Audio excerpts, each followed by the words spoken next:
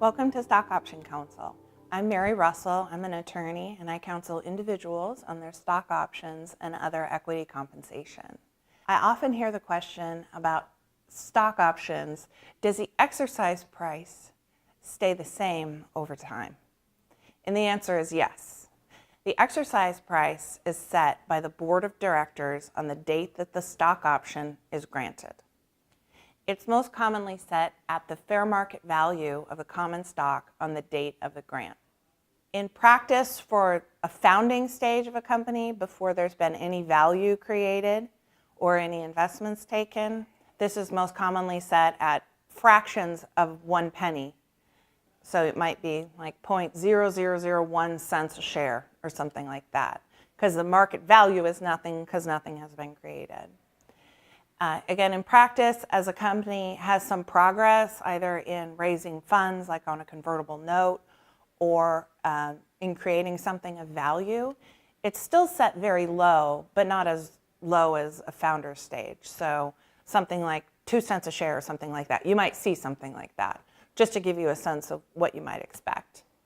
And then after there's been a priced funding round, the company will most commonly go out and have an outside firm set the fair market value of a common stock based on an outside valuation. So this is done to comply with the IRS standards, because fair market value is important for tax compliance, because if you receive a stock option that's priced with an exercise price below the value of the stock, then that has undesirable tax consequences. In practice, what we see is a 409A, which is a section of the tax code that governs this for stock option valuation. This is most commonly done after there's a funding round, because you can no longer justify to the IRS that the shares are worth close to nothing when investors are paying for the shares something far more than nothing. So the company wants to sell stock to investors at as high a price as possible, but they want to incentivize employees and executives and anyone else who's coming on board with equity with shares that are priced as cheaply as possible. So it's sort of a conflicting set of goals.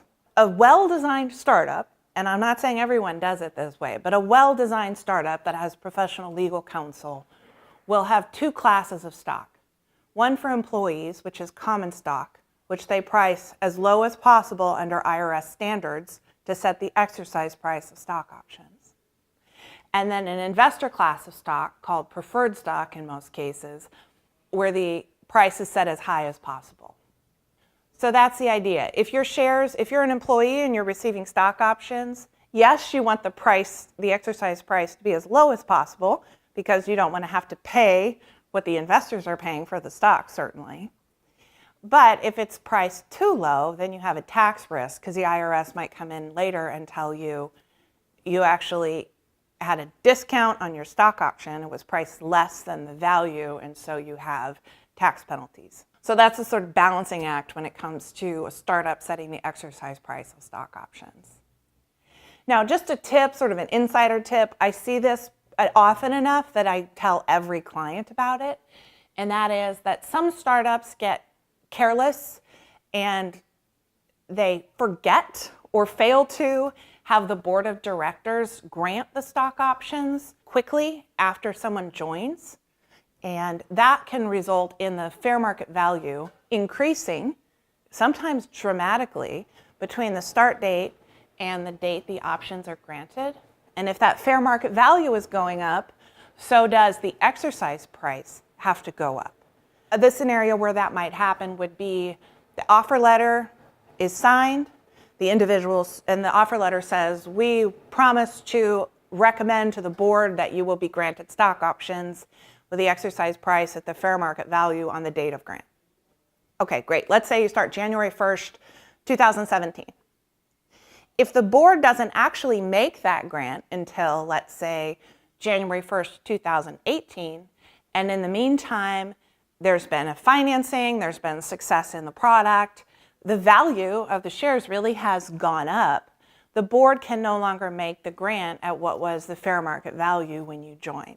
So your exercise price, I mean, I've seen it as much as $200,000 for one employee level grant, that exercise price has gone up between the start date and when the company finally got it together and had the board make the grant. So be careful about that. I think the solution is for you as an individual to pay attention and follow up with the company after you join to confirm that the board has made the grant promptly.